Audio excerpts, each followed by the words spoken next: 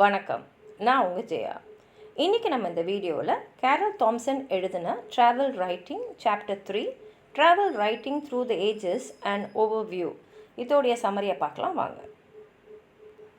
இதில் ஆரம்ப காலம் தொட்டு இன்னைய வரைக்கும் ட்ராவல் ரைட்டிங்கை பற்றி ஒரு ஓவர்வியூ ஒரு நம்ம கொஞ்சம் விஷயம் தெரிஞ்சுக்கிறதுக்காக சொல்லியிருக்காங்க. ஆரம்ப காலத்துலேருந்து நமக்கு இப்போ இருக்கக்கூடிய ஒரு டீட்டெயில் அதுக்கு முன்னாடி கூட இருந்திருக்கலாம்.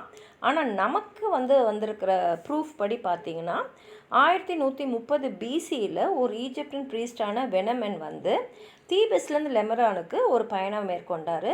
அது ரொம்ப ரொம்ப ஒரு டிசாஸ்டர்ஸான ஒரு வாயேஜ்னே சொல்லியிருக்காரு. ஆனால் அதை பற்றி அவர் ஒரு டீட்டெயில் அக்கௌண்ட் எழுதியிருக்காரு. இதுதான் நமக்கு இப்போ எழுத்துப்பூர்வமாக ஆதாரபூர்வமாக இருக்கக்கூடிய ஒரு ப்ரூஃபு. ஆனால் இது பார்த்திங்கன்னா ஆரம்ப காலத்துலேருந்தே பார்த்திங்கன்னா வாய்மொழியாக நிறைய பேர் அவங்க மேற்கொண்ட பயணத்தை பற்றி சொல்லியிருக்காங்க. இப்போ ஹோமரோட ஒடிசி கூட ஒரு ட்ராவல் ரைட்டிங்னே எடுத்துக்கலாம். இது பின்னாடி நிறைய எழுத்தாளர்களுக்கு இந்த மாதிரி ட்ராவல் ரைட்டிங் எழுதுறதுக்கு ஒரு ஊக்கத்தை கொடுத்தது. அந்த காலத்தில் மக்கள் ஒரு இடத்துல இன்னொரு இடத்துக்கு நிறைய காரணங்களுக்காக பயணம் செஞ்சாங்க. போருக்காக போயிருக்காங்க, வணிகத்துக்காக போயிருக்காங்க, இல்லை கோயில்களுக்கு, இல்லைன்னா அவங்க மத சார்பான அவங்களுடைய இலக்கங்களுக்கு போயிருக்காங்க, ரிலீஜியஸ் விசிட்டாக.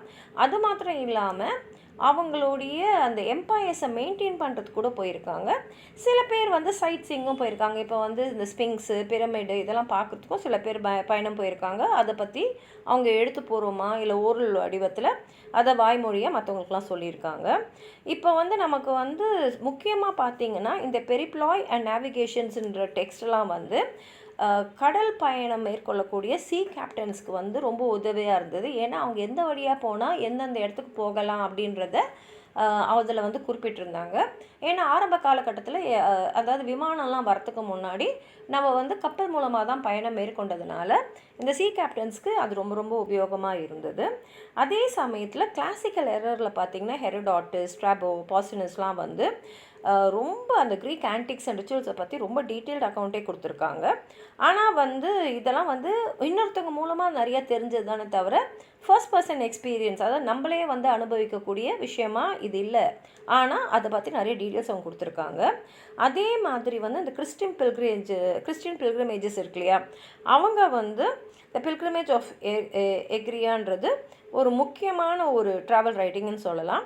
ஏன்னா அது டிவோஷனல் ப்ராக்டிசஸை பற்றியும் சொல்லியிருந்தது, அவங்க போன இடத்துக்கான லேண்ட்ஸ்கேப்பை பற்றியும் சொல்லியிருந்தாங்க. அதே மாதிரி பார்த்திங்கன்னா ஒடிசி, லூசியன்ஸ் ட்ரூ ஹிஸ்ட்ரிலாம் பார்த்திங்கன்னா ஒரு ஃபிக்ஷன் மாதிரி, ஒரு கதை மாதிரியே ட்ராவல் ரைட்டிங்கை கொடுத்துருக்காங்க. இப்போ மிடிவல் பீரியடில் பார்த்திங்கன்னா நிறைய ட்ராவல் ரிலேட்டட் புக்ஸ் இருக்குது. அதில் ஜியோகிரஃபீஸு, நேச்சுரல் ஹிஸ்ட்ரிஸ், பெஸ்டரிஸு, புக்ஸ் ஆஃப் வண்டர்லாம் முக்கியமானது. அதுலேயும் பார்த்திங்கன்னா அந்த யூரோப்பியன் ரீடர்ஸ்க்கு ஏஷியா அண்ட் ஆஃப்ரிக்காவுக்கு போகிறது ரொம்ப ரொம்ப பிடிச்சிருந்தது. ஏன்னா அவங்களுக்கு எழுதக்கூடிய வகையில் அங்கே நிறைய விஷயங்கள் அவங்களுக்கு கிடச்சிது. ஆனால் இதில் நிறைய பார்த்திங்கன்னா ஃபஸ்ட் பர்சன் நரேட்டிவே அவங்களே போய் உணர்ந்தது தான் எழுதியிருக்காங்க. அதே சமயத்தில் பார்த்திங்கன்னா நிறைய டெக்ஸ்ட் அவங்க போன பயணத்தை ஒரு கதை மாதிரி எழுத தான் ட்ரை பண்ணியிருக்காங்க.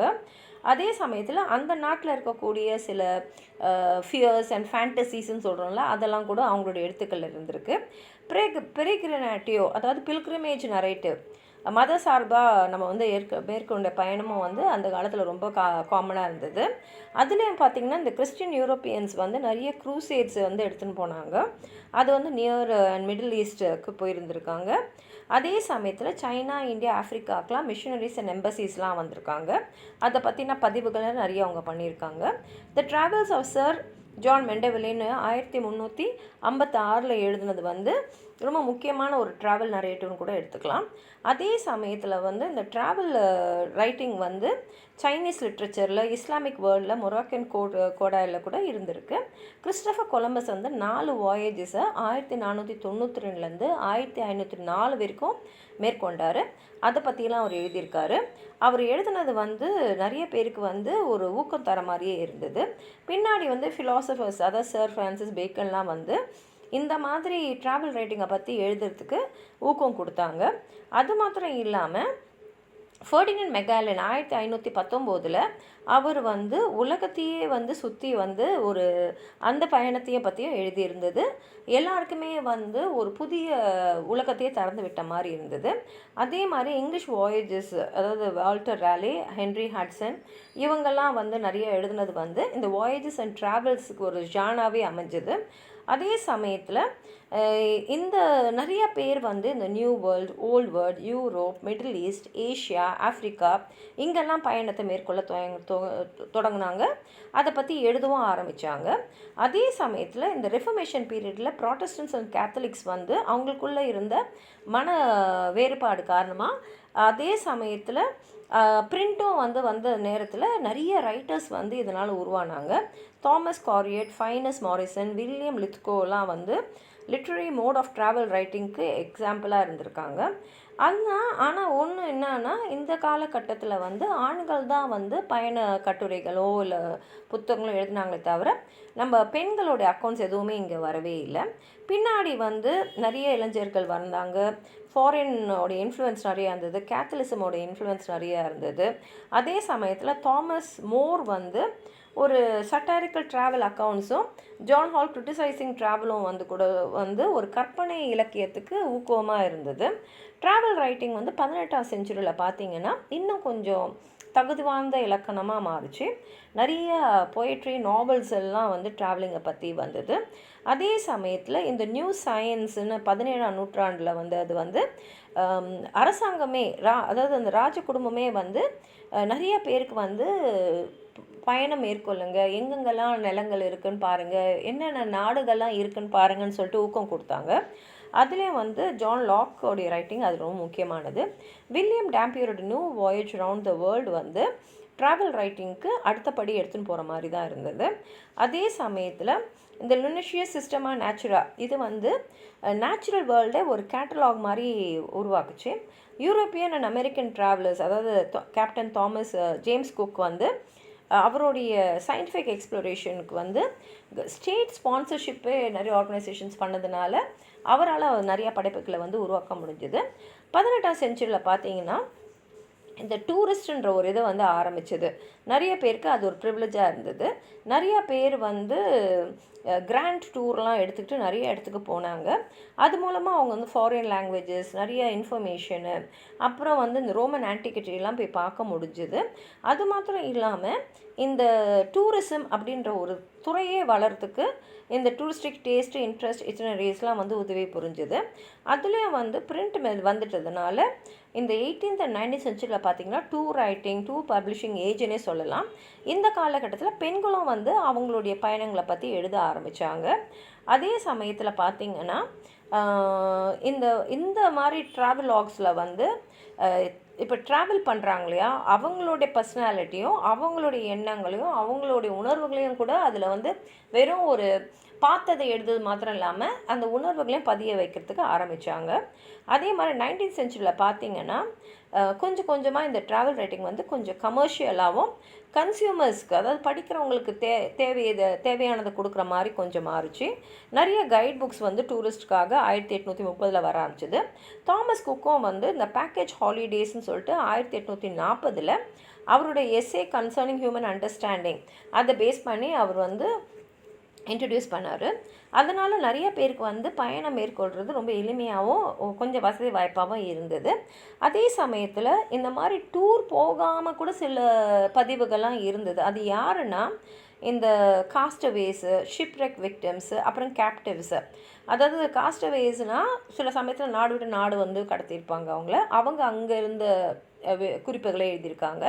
ஷிப்ரெக்னால் கடலில் வந்து கப்பல் போகும்போது கப்பல் மூழ்கிட்டாலோ இல்லை எதுமேல மோதி அது உடஞ்சிட்டாலோ அதுன்னு தப்பிச்சவங்க பக்கத்தில் இருக்கிற கரையில் போயிருப்பாங்க. அவங்க வந்து திரும்பி வந்துட்டு அப்புறம் அவங்க கொடுத்த பதிவுகள். அது மாத்திரம் இல்லாமல் இப்போ எதிரி நாட்டவர்கள் வந்து பிடிச்சிட்டு போகிறாங்க இல்லையா, கேச்சவங்க, அவங்க வந்து திரும்பி வந்தோன்னே அவங்க கொடுத்த பதிவுகளும் வந்து நிறைய வர ஆரம்பிச்சிது. மெயினாக வந்து பார்த்திங்கன்னா இந்த மிஷனரி சொசைட்டிஸ் தான் வந்து அந்த அபாலிஷன் ஆஃப் ஸ்லேவரியும் இந்த ட்ராவல் ரைட்டிங்க்கு ரொம்ப ரொம்ப உபயோகமாக இருந்தது. ஏன்னா இது மூலமாக நிறைய எக்ஸ்ப்ளோரர்ஸ், செட்டிலர்ஸ், நேச்சுரலிஸ்ட், மிஷனரிஸ்லாம் வந்து எழுத ஆரம்பித்தாங்க. விக்டோரியன் எட்வர்டியன் பீரியட்னு சொல்லக்கூடிய 1837லேருந்து 1914, அதாவது 19th செஞ்சுரியில் நிறைய ட்ராவல் ரிலேட்டட் ரைட்டிங்ஸ் வந்தது. இது வந்து நியூஸ் பேப்பர் ரிப்போர்ட்டாக அந்த மாதிரி விஷயங்களாக கூட ட்ராவல்ஸை பற்றி வந்ததுனால நிறைய பேரால் அதை படிக்க முடிஞ்சுது. அதனால் வந்து அவங்களும் வந்து நம்மளை இந்த மாதிரி மேற்கொண்டா என்ன அப்படின்ற ஒரு ஃபீலிங்கும் வந்தது. அதே மாதிரி எக்ஸ்ப்ளோரர்ஸும் வந்து நிறைய பேர் வந்து எக்ஸ்ப்ளோரர்ஸ்னால் புது நாடை கண்டுபிடிக்கணும் ட்ராவலில் இருக்கவங்களும் வந்து நிறைய பயணங்களை வந்து மேற்கொண்டாங்க. அதே சமயத்தில் இந்த இங்கிலீஷ் இம்பீரியலிசம் சொல்லக்கூடிய, அதாவது யூரோப்பியன் நாடு வந்து மற்ற நாடுகளை வந்து கைப்பற்றணும்னு நினச்சாங்க இல்லையா, அதனால் அவங்களும் வந்து நிறைய பேரை வந்து ட்ராவல் செய்யறதுக்காக ஊக்கம் கொடுத்தாங்க. அப்போ என்ன ஆயிடுச்சுன்னா, எல்லாரும் எழுதுகிற மாதிரி இல்லாமல் நம்ம புதுசாக எழுதணும் அப்படின்ற மாதிரி அவங்களுடைய தன்மையும் அவங்க எழுத்தில் வந்து காட்ட ஆரம்பித்தாங்க. பெண்களும் வந்து எழுத ஆரம்பித்ததுனால நிறைய கதைகள், போயட்ரி, ட்ராவல் அக்கௌண்ட்ஸு இதெல்லாம் வந்து நிறைய இடங்களை பற்றியும் வந்து வந்தது. முக்கியமாக சொல்ல போனால் ஜோசப் கான்ரடோ ஹார்ட் ஆஃப் டார்க்னஸ், ஹெர்மன் மெல்வியோட டைப்பி, ஆர்எல் ஸ்டீவன்ஸோட சவுத் சீ டேல்ஸு, ருட்யார்ட் கிப்லிங்கோட கிம், இதெல்லாம் ரொம்ப முக்கியமான நாவல்ஸ்ன்னு சொல்லலாம். அதே சமயத்தில் வந்து பார்த்திங்கன்னா இந்த 19th செஞ்சுரியோட நடுவில் வந்து நமக்கு வந்து புது வகையான டிரான்ஸ்போர்ட்டேஷன்லாம் வந்துட்டதுனால நம்ம வந்து பயணம் செய்ய வேண்டிய நேரமும் கம்மியாயிடுச்சு, வேகமும் அதிகமாகிடுச்சு. அதனால் இப்போ என்ன ஆயிடுச்சுன்னா இண்டஸ்ட்ரியலைசேஷனும் நிறைய ஆகிடுச்சு. இப்போ இந்த மோட்டர் கார், ஏரோப்ளேன்லாம் வந்ததுனால ட்ராவலிங் வந்து இன்னும் ஈஸியாகிட்டு நிறைய இடங்களுக்கு போகிறது எளிதானது. அதே சமயத்தில் பார்த்திங்கன்னா வெஸ்டர்ன் இன்ஃப்ளூயன்ஸ் வந்து உலகம் ஃபுல்லாக போக ஆரம்பித்ததுனால அதுவும் வந்து எல்லாருக்கிட்டேயும் வந்து ஒரு ஈர்ப்பை கொடுத்தது.